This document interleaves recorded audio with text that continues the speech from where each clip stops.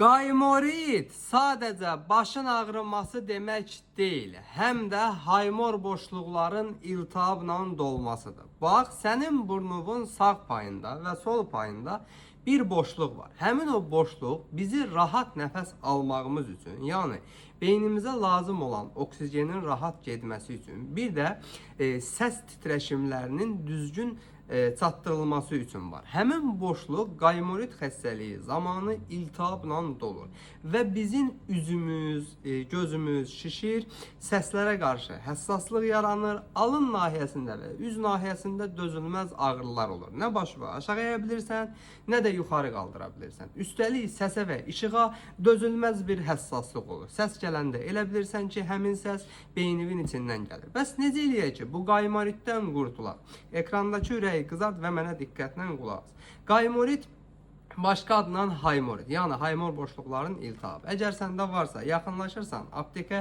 sinisol majoron sprey əldə edirsən. Bu spreyi gün ərzində istifadə etməyin kifayətdir ki, təkcə burun tıxanıqlığını açmaqla qalmasın, eləcə də burun boşluqlarından keçib haymor boşluqlarda olan iltihabı, kissanı tamamilə təmizləsin. Ölkənin bütün apteklərində var, olmasa da əczaçılarımızdan xahiş edin, sifariş edib gətirsinlər. Bu cür faydalı videoların davamı üçün profilin üzərindəki plus işarəsine toxunun ki, sağlamlığınızın qeydinə qalan əczacınız bağlananlar hər zaman sağlam qalasınız.